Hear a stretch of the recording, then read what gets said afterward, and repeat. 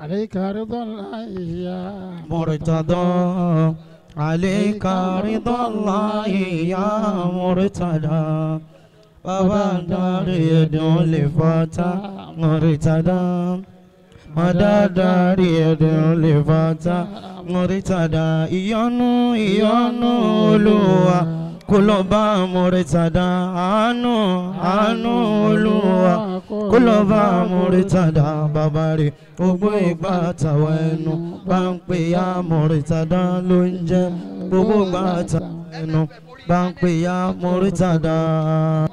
Ahama amisa hatima tomisa wakana Allahu qawiyan aziza. وكان الله قويا عزيزا شيخ تجاني ابن فزازي كل مريد وكل مريدا èmi wá ogun ju títọ́ táwa lọ àlàáfíà ju títọ́ táwa lọ يا شيخنا حمادة تجاني. الحمد لله. الحمد لله. كان تو قصيدة باسم مولانا الشيخ مرتضى البغدادي. الله تعالى عنه. bàbá mi sẹ́tìn lọ ni ẹ má lọ ẹ jókòó bàbá mi máa ń sọ̀rọ̀ kan kí bàbá tó papòdà. radiyallahu anhu. bàbá nítọ̀ man lam yufakkir lam yakun mutashakiran wa man lam yushakir falayqaba musaddadu. ومن لم يشكر فالإقامة مسدد. ẹ bá mọ núrò yóò mọ pẹ́ dà. ومن لم يفكر. má jà púpọ̀ kí ló jẹ́ ń sọ bẹ́ẹ̀ ni pé Al-Hafiz ìgbà tán ní kí n máa bọ̀ ohun tó ń pa mí lẹ́kọ̀ọ́ kan ni pé tẹ̀ ń bá rí ẹni tọ́lọ̀ jẹ́ pé ó wá pẹ̀lú ìmọ́lẹ̀ tó wá rí ìmọ́lẹ̀ náà lò ẹ jẹ́ a dúpẹ́ fọlọ́. alhamdulillah. ẹni wá pẹ̀lú ìmọ́lẹ̀ tí ò tàpé lára ẹni kankan jára bàbá àtìyá lọ. ó fẹ́ gba karama látara Al-Hafiz lọ́sọ̀ pé ní èmi náà mo fún ní kankan rí ó fẹ́ káyé mọ̀ ọ́ mọ̀ ni. bẹ́ẹ̀ yẹn ò bá jẹ́ ẹni tọ́lọ́ ń tàn mọ́lẹ̀ Barhama sí lọ́kàn nípìnlẹ̀ kò ní débínìsì kọ́sọ́gbọ́n tó ń fẹ́ gbé dání ni. ẹ mọ iye àwọn tí ò tó yín tí wọ́n pè yín lóde síkìrì tán nìkan mọ́sẹ̀ láyé lára tẹ̀lé àwọn lẹ́yìn. wọ́n wá lọ kó ẹ̀gẹ́ sínú aṣọ tí ó gangan àwọn nìkan mọ́sẹ̀ láyé holo bẹ́ẹ̀ dẹ̀ ni ẹ jùlọ mọ̀ ká mọ̀. ẹ wá wo ẹni yìí. ọ̀kan lódodo. mọ̀ ń sọ lánàá bí tán gbé àfúntà tún mo ní wàláhì mo ní Ọlọ́run dìídì gbé yín wá fún gbogbo tí ń jẹ́ Zakiru ni o. wàláhì.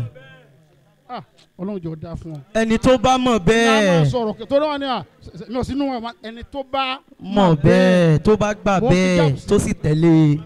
ni ó by force gbà o àmẹ́ni tó bá. tó bá dámọ́lẹ̀ mọ̀ tó o sì lè gbà fún tó o sì lè tẹ̀lé. ọmọ yìí ti bèrè ìwàjà òdòdó ọkùnrin yẹn ó ti bèrè ìyàwó lóore ní pé Ọlọ́run jẹ́ kẹ́mi ogun. àmín. kò tí bá tẹnu bọ̀rọ̀ tí wọ́n lè kan. Imam al-Baraya. أكينا تنفو. بسم الله الرحمن الرحيم إنا أعطيناك الكوثر فصل لربك وانحر إن شانئك هو الأبتر. sẹ́rí tẹ́ bá bẹ̀rù Ọlọ́run tẹ́ bẹ̀rù ànábì. Allah ló sọ. ẹ̀ tí yẹn tún gbọ́dọ̀ bẹ̀rù jùlẹ̀ tó bá nífẹ̀ẹ́ yẹn. ẹ̀gbọ́sẹ̀. àkíkà ṣéwù. ẹ̀yin lọ ronú pa ẹ̀. tẹ́ bá bẹ̀rù Ọlọ́run tẹ́ bẹ̀rù ànábì. ẹ bẹ̀rù ẹni tó nífẹ̀ẹ́ yín. ẹnu tó ti kàn tá a tún gbọ́dọ̀ bẹ̀rù lẹ́ni tó fìfẹ́ hàn wá tó nífẹ̀ẹ́ wa dógóńgó. torí kò pọ̀ nínú ẹni tó nífẹ̀ẹ́ yẹn tó lè fi hàn. nítorí pé yóò máa bẹ̀rù pé o lè jù lọ lọ́la. tó ń bá ní kò ń fìfẹ́ yẹn hàn sí ọ jù ó lè a máa bẹ̀rù. o lè ríra rẹ. amẹ́ni tó fìfẹ́ hàn sí yẹn kéèyàn bẹ̀rù Ọlọ́run lára rẹ̀. Ọlọ́run jẹ́ mi ogun. amiina. ìyàwó Barrister Ọlọ́run pa ìmọ́lẹ̀ yẹn papọ̀ ní. sẹ́rí bí n ṣe kí n láàárọ̀ inú mi ò dùn tá fídíò tẹ́lẹ̀ ẹ̀yẹn bí àfa tó gbé mi wá tó gbé mi dé hòtẹ́ẹ̀lì mo ní kíní kan sì ń jà fún mi lókàn bóyá dúró kí sẹ́yìn dákẹ́ tó kù níbẹ̀ kẹ́ tó ní ká lọ gbé mi lọ sí hòtẹ́ẹ̀lì. mania síbẹ̀ láti fẹ́ lọ àfa wa ni tó síbẹ̀ náà láti fẹ́ lọ sí alihamudulilayi àti pé màá rí wọn. Ọlọ́run wa má déhùn náà ṣe fún mi ẹ dìde ẹ ń dè Ọlọ́run ní ayarere tó dàrú. dúró ti ṣe Ẹ má Ọlọ́run jẹ́ sọ jù ẹ̀mí báyìí lọ. ọ̀gá tiwa. Naam, Sheikh wa Saheed. Wọ́n lọ sí nǹkan sálẹ̀. Sheikh Saheed àbí.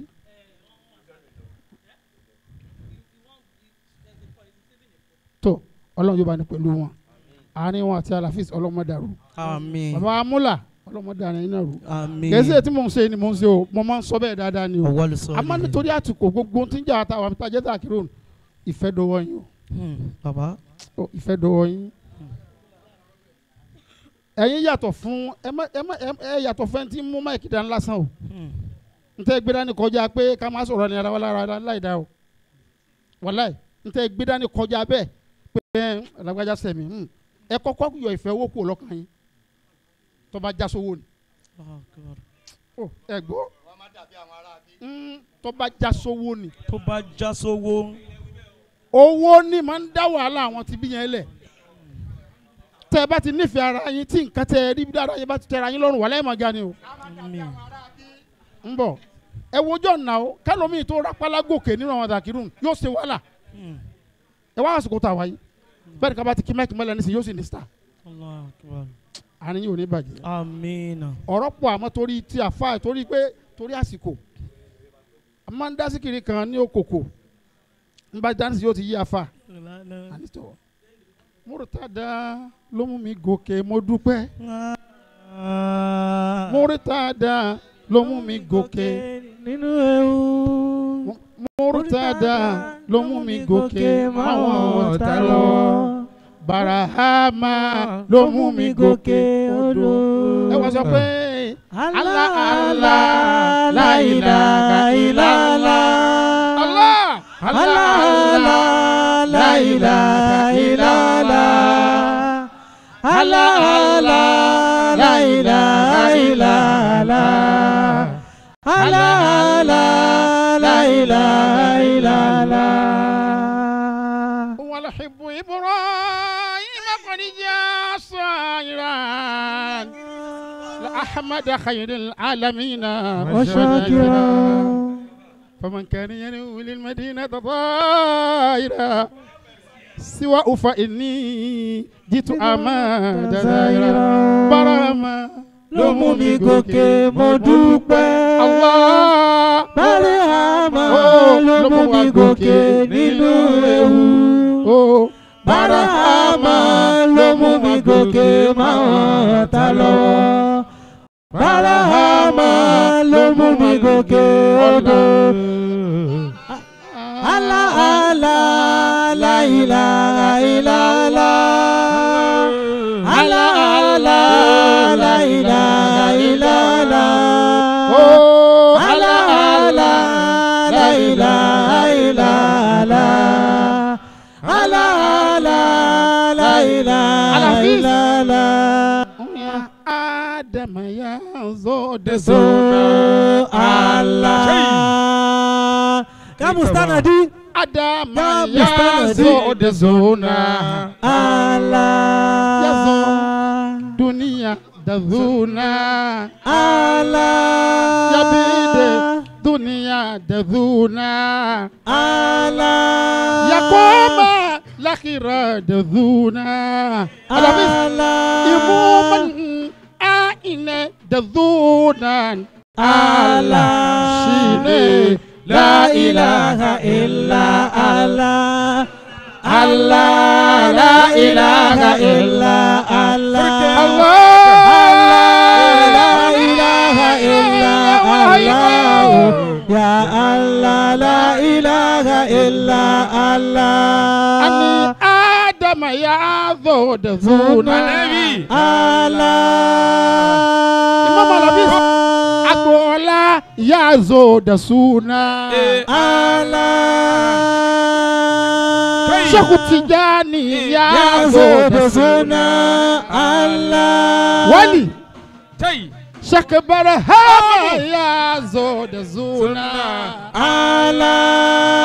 Allah. Sheikh Murtada Ya zode suna. Allah. Sheikh ya Agboola ya zode suna. Allah.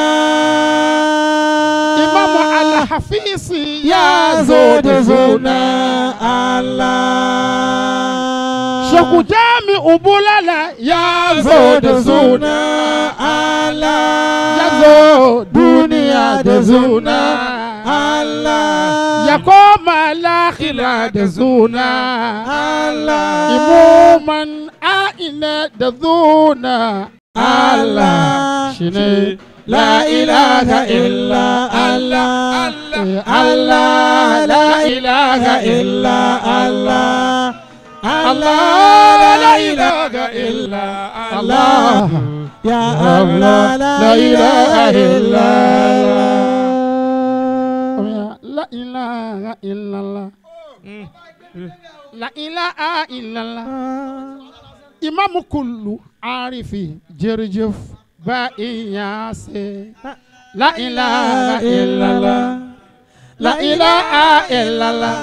Imam kullu arifi jerjef ba iyase. Jerjef. Gbogbo ma fẹ́ lọ bẹ ka sọ fẹ́ lọ kaw la sọ pé jerjef. Mo fẹ́ lọ kaw la sọ pé jerjef. Mo fẹ́ lọ Madina kaw la sọ pé jerjef. La ilaha illallah. La ilaha illallah. Imam kullu arifi jerjef ba iyase. La ilaha illallah. La ilaha illallah. Imam kullu arifi jerjef ba iyase. Salatul Fatih. Allahumma salli ala sayyidina Muhammad al-Fatih. Wallahi tí wọ́n sàṣìkò ni. Gbogbo ẹni tí wọ́n bí pátá ẹ di àdáníyàn. Àníyàn. Mayi Naija wọ́n lè tún lọ sí hajj lọ́dún yìí. Alhamdulillah. Ọlọ́run jẹ́ ọmọ rí bẹ́ẹ̀ lọ́dọọdún. Àmín. Mo rí fẹ́ Imam Al-Hafiz lára báyìí pọ̀. Wàláì. Ẹ mọ̀ gasi ni o. Àmín. Ẹ mọ̀ gasi ni o. Àmín. Ẹ bá nífẹ̀ẹ́ yẹn Azakiru ó nífẹ̀ẹ́ Ọlọ́run ni. Azakiru sọ̀rọ̀ ó nífẹ̀ẹ́. Ó hàdì. Lójú tó jẹ́ kẹ́rù máa bà mí fún ọba wa Al-Hafiz ni Ọlọ́run jẹ́ kẹ́mi wọ́n gùn. Àmín. Gbogbo wa ti gbé dáadáa lójú ọ̀nà zikiri Ọlọ́run jẹ́ kẹ́mi ẹ gùn. Àmín. Mayi Naija ẹ mọ̀ gasi ni o. Àmín. Salatul Fatih. Salatul Fatih. Naam, àwọn kìíní tá ṣe yìí Imam wa Al-Hafiz wọ́n ṣe fún ọmọ wa Adakir Mukaddam Zainul Abidin Zainul Dhakirin. Ọlọ́run jọ dáa fún ọ. Àmín. Baba mo ń bẹ̀rù Ọlọ́run lára ọmọdé. Jọ́dá fa ètò kéré tí o ti tó yìí. Ó wá fẹ́ ṣe kankan. Ó wá pè wá ní òun fẹ́ kí baba yìí náà wà mí. Sẹ́ni pé kò gbàgbé. Ó wá ní kí n jọ kí n síkìrì wá ní kí n wà. Mo fọ́ kọ́ bẹ́ẹ̀ nìkan láti rí ọmọ. Ẹni ẹ wá ó hùwà ní hùwà pé òun jẹ́ ọmọ fún wa. Baba yẹn má lọ. Àpótí má lọ kẹ́ mọ́ ni mo ti gbọ́. Gẹ́bí mo sọ fún yín lánàá, èmi mọ́ ni mo ti gbọ́ ni. Ó dàbẹ̀ ọ̀nà. Bọ́ bá sọ̀rọ̀ lọ́rọ̀ fún mo ti gbọ́ náà. Allahu Akbar. Èmi ò wá lékún ìfẹ́ níyẹn lọ́kàn tèmi. Kò sí bó ṣe lè bàyàn jẹ́ tó lọ́dọ̀ tèmi, màá ni mo ti gbọ́ náà ni. Torí tí n bá ní n ò gbọ́, ó tún máa lọ́ mi lọ́fun. Ó máa fẹ́ máa ṣọ́ọ̀kì báwọn. Ìjàpá ní jọ́gbọ́n tó ń ti gbẹ́gbọ́n ho nìyàwó ti jẹ mọ́. Wọ́n á ní mo ti gbọ́, bàbá nígbà òdìjọ́ yẹn, bá ní tọ̀. Kámẹ́lù ẹ lọ fọ́ mọ́tò, lábà kó nu mọ́tò. Ṣé Ọlọ́run tún wá ní ká ṣe end of discussion gbà yẹn. Time end of discussion lọ́dọ̀ jáde end of lábà gbé débẹ̀. Àfa na páàkì mọ́tò bọ̀gì lábà bọ́ọ̀lù ó yà àfa lẹ́nu. Mo lọ́mọdé ló ṣòro ó ṣe.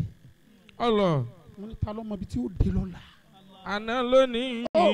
Zenu ní lónìí o. Ó ní ìlànà o. Ṣé tí n bá wá jọ yẹn bàbá ṣé kò ní fi sọ̀rọ̀ lẹ́ni. Àná lónìí o ní ìlànà o. Bọ́lá bá wa di bó ṣe tó ní dísà jù bẹ́ẹ̀ lọ yóò tún fi sọ̀rọ̀. Àná ọ̀la. Bẹ́ẹ̀ náà ni àfa ọlọ́mọ fi sọ̀rọ̀ ọlọ́mọ sàrúkú fún àfa Kàfánà. Abdulmalik Kàfánà ọlọ́mọ àforíjì ọmọ àfa Kàfánà ni. Allahu Akbar. Ìjọ́ tó náà pè mí kí ni ìṣèlú náà ni tiẹ̀ náà ṣe rí. Kàfánà ṣé o mo fẹ́ kẹ́ wà wọlé bàbá ẹ̀yin ni bàbá mi fẹ́ kẹ́ wà. Mo sì dé programu yìí ó sì hùwà pé mi bàbá òun lóòótọ́. Ìyá Zakiru Malik Kàfánà. Ẹ wá wo ọmọ ló tún dàpọ̀ máa lé ní. Alhamdulillah. Ẹ ń bá ṣe dáadáa lánàá kó tún bá ti dáadé ni. Afa Zainu ọ ga jù báyìí lọ. Àmín. Ọ wà ní ríra rẹ. Àmín. Ntí máa tètè jáyàn bọ̀ náà ní gbéraga. Allahu Akbar. Ọlọ́run ní fún ọ. Àmín. Torí tẹ̀ ń bá jí láàárọ̀ kùtùkù máa ní Ọlọ́run bá o. Má fún mi ní gbéraga o. Àmín. Má jẹ́ màá wù o. má jẹ́ kí sèṣì mi ó jọ gbéraga lójú ẹni tí fẹ́ mi àmín. torí gbà mí èèyàn lè má lọ́rọ̀ gbéraga lẹ́nu kí sèṣì rẹ̀ ó jọ ìgbéraga ìgbéraga lójú. ó gbẹgbẹ wọnú baba ó gbẹgbẹ wọnú gbẹgbẹ wọ ó da ọ̀fẹ́ spoil sí ọkàn gbẹgbẹ wọ ọlọ́run níjó onígbà salatul fati salatul fati ẹ̀yọ kan ọlọ́run má jẹ́ kékeré kó lóko láyé àmín. ya ṣe ṣàṣẹ́nu salatul fati ẹ̀yọ kan ọlọ́run má jẹ́ kílé ìmáàmù àlàfíìsì ó dàrú àmín salatul gbogbo fati tí ń jẹ́ ìjọ ìmáàmù àlàfíìsì ọlọ́run má jẹ́ ó dàrú àmín gbogbo àwọn tó ń bẹ lábẹ́ àlàfíìsì wọ́n ń jẹ́ nílé iṣẹ́ wọn ọlọ́run má jẹ́ kán dàrú àmín ọlọ́run wá jẹ́ kó lóòótọ́ ọmọ bẹ pẹ̀lú wọn àmín má dà ní gbọ́n náà rú afa tó dráìvà láti jẹta kí ló kọ afa náà afa ti ń dráìvà láti jẹta afa sọ́bàn ọlọ́run máa ń gbàdúrà afa náà àmín. ọlọ́run ẹ gúnlẹ̀ ayọ̀ àmín. àti afa wa mi rí ọmọ yín soft draft ọlọ́run máa ń ṣe dára fún gbogbo yín àmín. bákan ọlá Muhammad sallallahu alaihi salatul wasallam. fati salatul fati ìyá wa náà ọlọ́run bá ṣe dára fún àmín. ìyá alubarika òun ìgbẹ̀yìn bí zikiri salatul fati aláriwo Allahumma salli ala sayyidina muhammadin fati lima وكل قولك تم الماء سبقنا أسرنا قبلك ولا دينا أسرتك المستقيم على آلي وكرم دار العظيم Shehu Abdulrahman